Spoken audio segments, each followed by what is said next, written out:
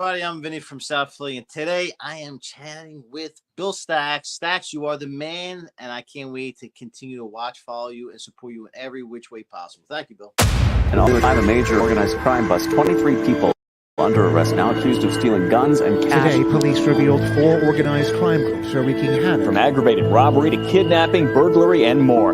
Take a look at this. New pictures from court documents in this case. These are a few of the people who have been charged, and investigators say the money, tens of thousands of dollars, is all stolen. FBI, open up! Welcome to this episode of Chatting with Staxx. I'm your host, Bill Staxx, and today I got Vinny from South Philly. That neighborhood. So I was like, oh, you know this one? You remember? He's like, oh yeah. He's like, wow. He's like, yeah, I haven't heard that name in a long time. So we started talking and building a little bit of rapport that way. And he was cool, man. He's like, oh, he's like, where you from? He was, very personable. And his brother Frank was really cool, joking a lot, and it couldn't have been nicer, man. They were really down to earth. And when they say action, your heart drops, right? Like, oh shit. Yeah, I kind of was just like, I just remember telling myself, don't look at the camera, and it was a scene. He actually literally opened the door for me in one of the butcher shops, Cannooli's. He like opens the door, I go in, exchange a few words, and that was it. I was really heartbroken when I watched the actual movie. I'm like, where's our scene at? Because I was so excited. I was telling everybody, oh man, I'm in the movie, But I got an early dose of what Hollywood's like. I wonder if you can get the footage from it. I was thinking about that. I actually was thinking that same thing not too long ago. I'm like, it's got to be somewhere, in the archives. Yeah. I don't know what the process is. I probably should look into it. Yeah, that would be cool if you got the footage for that. Yeah, I would love. Oh my god, I would love it. So you have any experience with any other movies? Well, let's see. That was that. When I went to LA, I was doing some extra stuff. I don't remember. They were like independent movies. I really didn't get into it that much. I should have, but I was starting to get more into the screenwriting then. And then, like I told you, I was in this pilot for Larry Durr's project. And so we'll see. I think they're trying to still wrap that up and see if I think they might have a deal maybe with Netflix. I'm not really sure. So but I started to realize, like, yes, being an actor, everybody wants to be an actor, but that's a serious profession, and I think that you either have or you don't with that. You can learn a lot of different techniques and it'll kind of grow in you, but it's not easy to do. I can do it. I like it. I'm going to be in this. If everything goes well, I'll be playing my part in this screenplay that I wrote.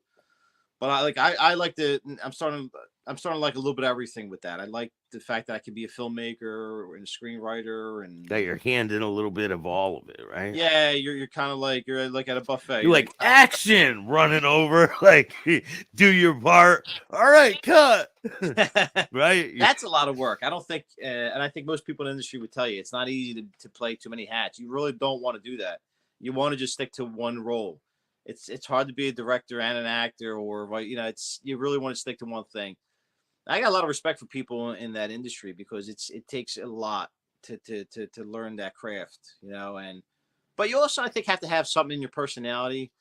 Like if you want to be an actor, you have to have a lot of empathy and sympathy and have a real deep, sensitive part of yourself, because you won't be able to grasp the role, I don't think. Yeah, I think some people are they think it's just like you just go there and just do it. Like there's a lot that goes into it. And then the other thing too is you don't know if you're working with a director who really wants you to know your lines to the T.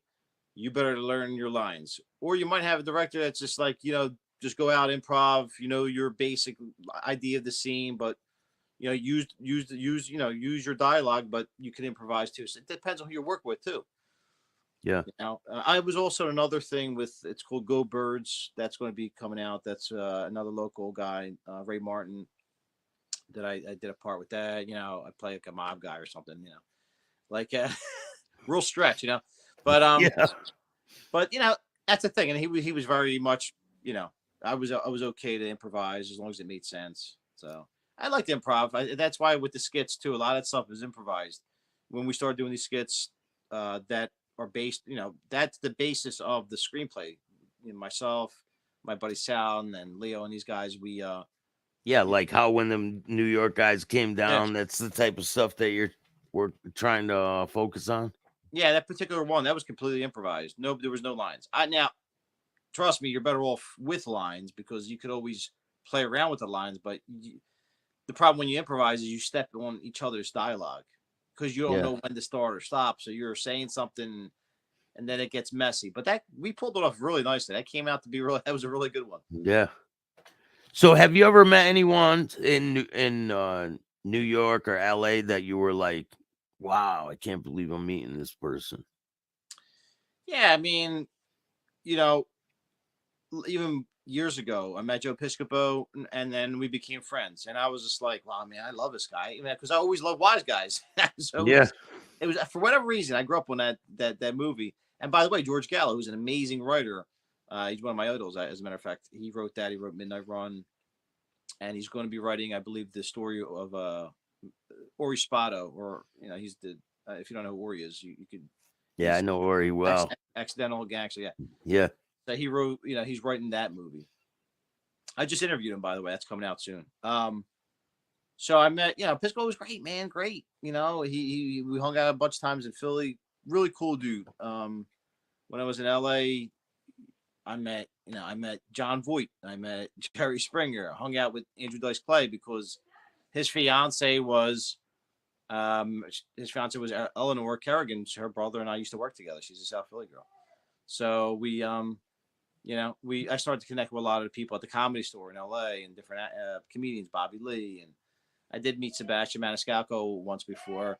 So, that was very nice to do.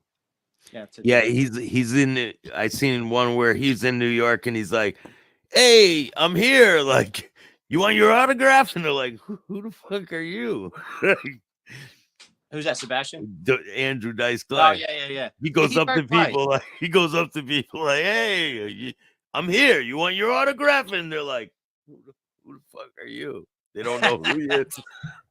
Yeah, he was cool. I guess because I knew his fiance that he was a little bit more open to me, and I had asked him. I remember I asked him like, what's the deal with the leather jacket? And he told me, well, when I first started out as a comedian, he's like, I was a little bit insecure. He's like, so that kind of made me feel kind of tough, and it made me feel confident. I was like, oh wow, that's pretty cool.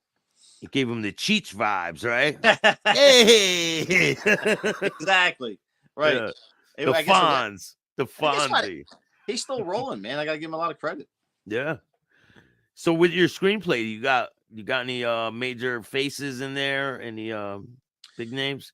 Well, there's people that we would like to see in it. Of course, it's going to have to go to casting, and the director is going to want, they're going to want to have their interpretation of it too. See, it's one thing to be a screenwriter, and so you're not going to direct it. I'm not going to direct it, no. So we have a guy that we're looking at, Michael Winnick, who's interested, and we hope to have him on board. He's very, he's an established director. But when you're a screenwriter, I'm a producer as well. So yes, I have my say. But when it comes down to a director, really is like the general on the set. So they can kind of move things around. They can, you don't want to step on their toes because the director really, it's their vision of what you're doing, and you work together. You work together. But so if I had like a wish list, I would love to see Frank Stallone in it. I would love to see Chuck Zito in it. I would love to see William Forsythe. These are all people that I believe that we could approach without much difficulty. Forsythe's great actor. Johnny Williams, Johnny Rosebeef. There's people that we already kind of like have in mind.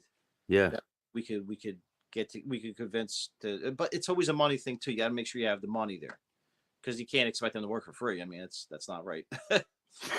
And SAG wouldn't allow that either. So getting a lot of favors and shit from people. Yeah, I'm not the kind of person where I want to, I want to pay people, man. Like, the investors that we're going to take on, I want to make sure they're getting paid. I want them to get paid before I get paid. I want to take care, because for me, again, like I said earlier, it's the long-term play. You got to go for the long-term play. You can't sit there and just try to fake it till you make it, try to do a shortcut. Oh, do me a favor. You're going to get a reputation. Now this guy just, he's not serious. You got to be, whatever it is, you got to be professional, and you have to act in professional terms. So for me, You know, it's all about long-term play. I'd rather sacrifice a little bit of time and money now to make sure later on I built something. Just like with Instagram, you know, I didn't think I was going to light it up overnight, but I had some goals, and you know, we're getting there. Yeah, didn't you just pass 16,000? Yeah. So you know, this time last year, I'm lucky if I had 1,000. You know, I know exactly how many I had at the end of December of 2022. It was 50 people. I have 50 people that I know.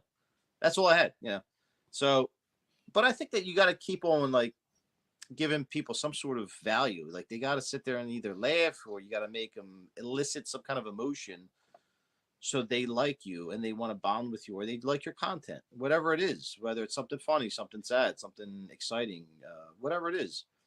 Like what you're doing, I mean, that's the people then they like to engage and watch because you're giving them something that they enjoy. A lot of And people it's say they enjoyable for me. laugh so hard. They say they laugh so hard at the show.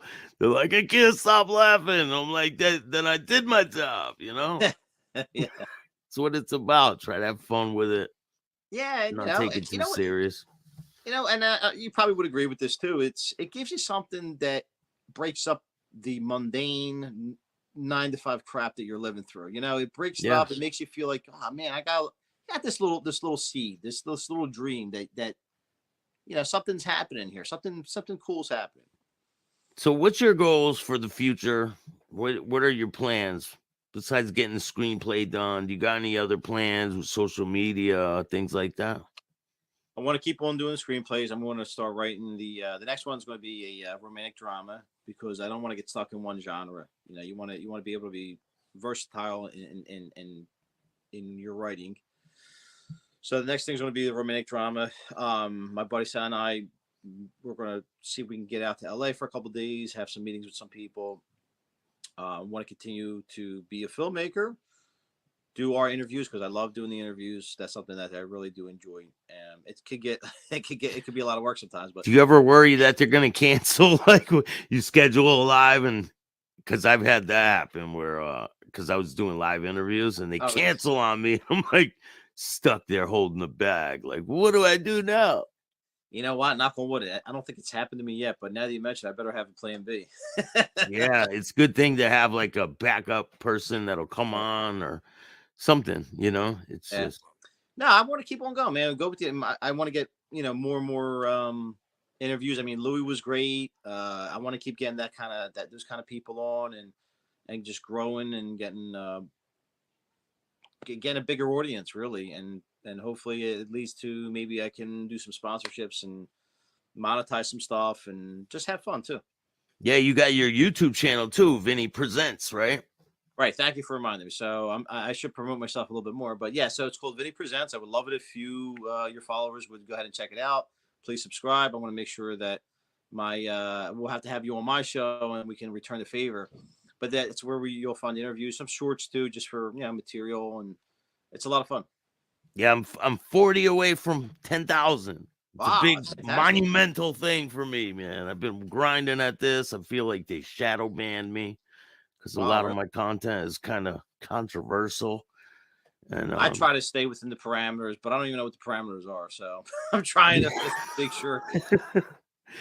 Yeah, I think you got a good thing going. I think I see big things in your future. Thanks a lot, Bill. I appreciate it, man. Yeah, hopefully let's keep grinding away, man. I wish you a lot of luck. Fantastic, nearly 10,000. That's huge, dude. That's one of my dreams. Yeah, hey, it'll happen. You're doing really good on Instagram. Your YouTube will follow suit. Are you on TikTok too? I am. I have a nice little following there.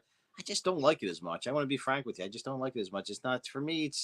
I don't feel like I can grow there. I feel like I keep saying I'm gonna do a TikTok video. I'm gonna record something, and I don't do it. I'm like, I just do it because I don't want to not be on the platform. But I'm my bread and butter is Instagram, Facebook to a lesser degree. But you gotta stick with what works, Yeah, Facebook's one of the staple social medias because we've all had it for a long time, right? Yeah, it's like it's like MySpace. yeah, a dinosaur in the social media realm. Yeah, I don't know the future of it unless they do something really big with it. It's kind of it might be the next MySpace, you know. But I enjoy it. You still enjoy it. Man, this has been great, and I really appreciate you taking the time. If you're welcome back here anytime. Maybe we could do a live or something, and you can answer some people's questions, put you on the hot seat. Listen, if anybody cancels one, you can put me in there live. I'll be your plan B. Yeah, I appreciate it, man. All joking aside, though, yeah, Bill, I really enjoyed this, and I can't wait to have you on my show and introduce my my guest to you. And you have a great thing. God bless you. I'm really happy for you. And is there anyone you want to give a shout out to before we go? I don't have anybody in particular. I just want to remind people that God is great always, and that is the ultimate shout out. Definitely, man. Thank you so much. Thank you, Bill. It's been my pleasure. Again, Vinny Presents. I'm on Instagram, Vinny from South Philly. And I know you're fake if you ask me where I'm from. That's how I know the fake ones from the real ones. And if you like this content, hit the like button, subscribe, hit the notification bell so you can get my videos every time they drop. And if you don't like this content, too bad. Start your own podcast. Peace. Thanks, man.